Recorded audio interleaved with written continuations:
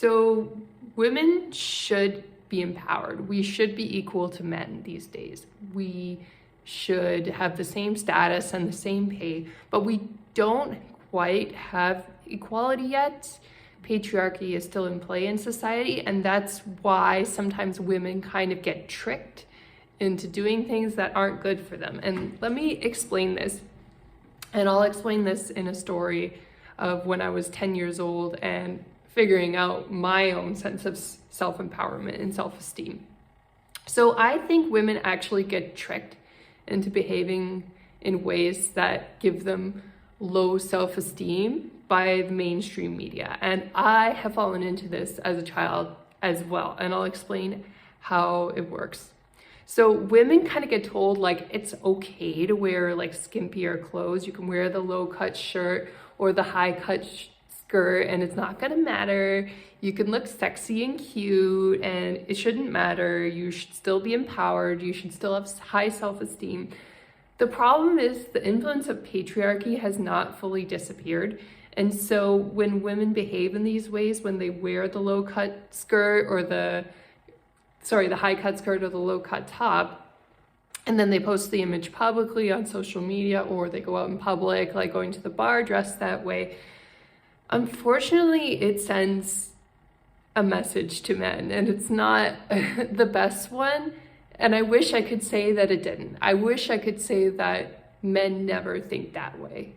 But unfortunately, they do. That kind of thinking has not disappeared, as far as I can tell. And I'll tell a little story about that. So women think that they're illustrating high self-esteem, but they're really kind of sending a mixed message of some people might get it, the high self-esteem, but a lot of people will see it as low self-esteem. So there's nothing wrong with any of this clothing, and women should be free to dress how they want. But unfortunately, those old-fashioned standards are still out there. And so sometimes men think that you're easy, or they think things like that, and they may not treat you with as much respect. They may not take you out on a date. They may not pay for it, or if they do, you know?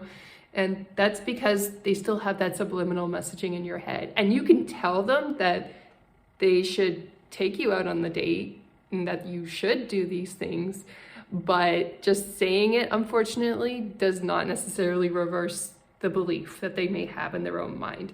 And so if you don't like that kind of attention, if you don't like men not paying for your dates, you know, or behaving badly, then you may want to think about like just wearing, you could wear your more revealing clothing at home, or you can wear it in a fitness setting where there are other women and no men. Like, you could still do that and wear your clothes somewhere and feel good at those times, feeling yourself in those clothes and those situations in a safe environment, right? But maybe just not out on the street or not out on social media. At least that's how I feel about it. Having said that, any woman who disagrees with me and wants to wear those things, like, I'm happy for them.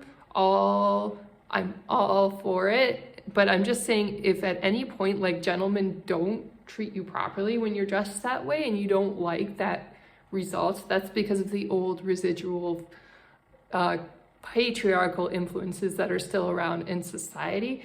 And it's up to you as a woman to kind of adjust your clothes and figure it out what you prefer in terms of wearing in public and the kinds of responses that you get from men.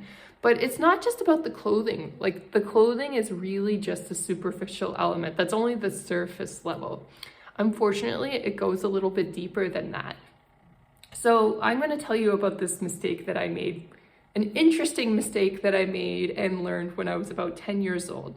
So I wasn't really allowed to date, and I didn't really know much about dating at all when I was 10. But I had crushes on boys in my class. So I got these funny ideas to like pass notes to them, to tell them that I liked them, to create little bundles of flowers from out in the schoolyard, like dandelions, and give them little flower bouquets. And I would just totally ask them out on dates first. And why would I do that? It's because I was seeing it in much music and in music videos at that time. I was seeing the women taking a more active role. They were saying that they were in love with the man first. They were inviting them to go out places or they were dressing skimpier. And then what I'd also see in this media were like these bad boys, the boys that would kind of like hit the girl or whatever they were doing in the music videos, like slap that ass or whatever silly thing was going on. My parents didn't really want me watching that. And now I can see why. And now I can see how it kind of influenced me in a negative way when I was younger. So I had this idea that I could put myself out there and I would get a date. But unfortunately, what I was realizing in real life when I was trying to enact what I saw on TV, like the boys did not respond well to it at all. And what was even funnier was girls at my school were kind of watching me and seeing what I was doing. And the funny thing was a lot of other boys, I didn't know this at the time, had crushes on me, but they were too scared to tell me. And then the other girls saw me doing these weird things and some of them like imitated me. But then they also realized that it doesn't work, right? So we all figured it out like pretty young in my elementary school that like approaching men, giving them gifts, asking them out, telling them you like them first is probably not a good idea. And sadly, that's a remnant of patriarchy. It shouldn't be that way. It should be equal, but it just isn't, you know?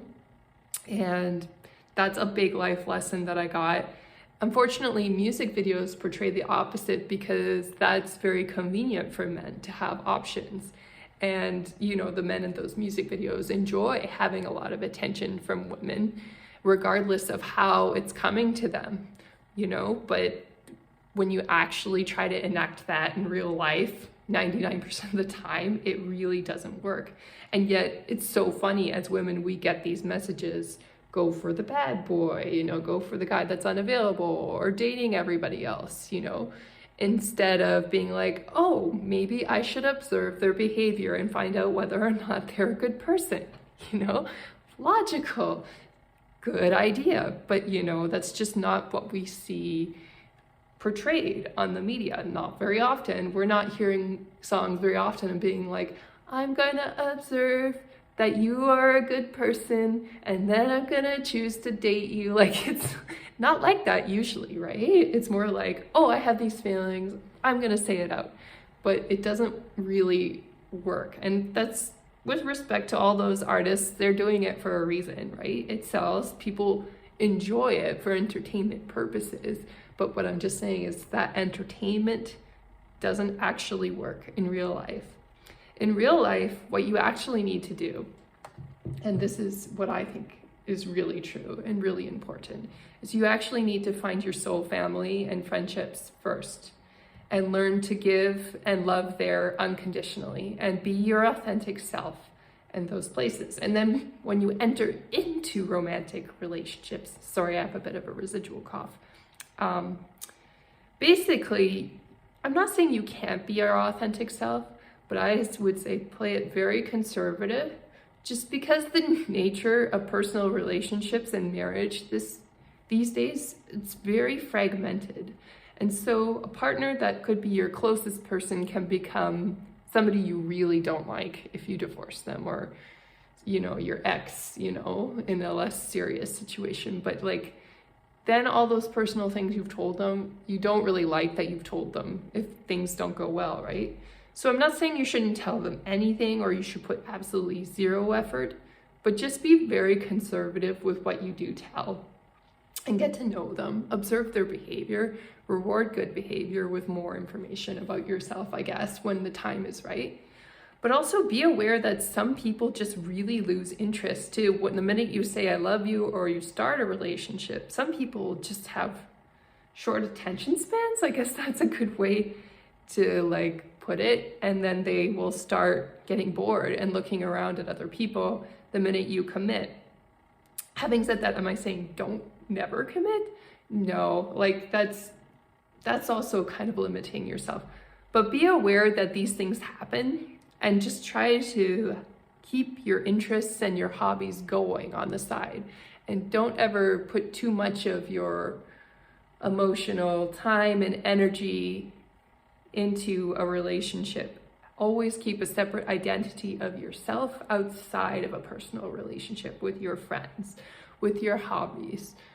with a job if you have got one, anything else that gives you meaning and purpose and allows you to be a generous, loving soul on the planet.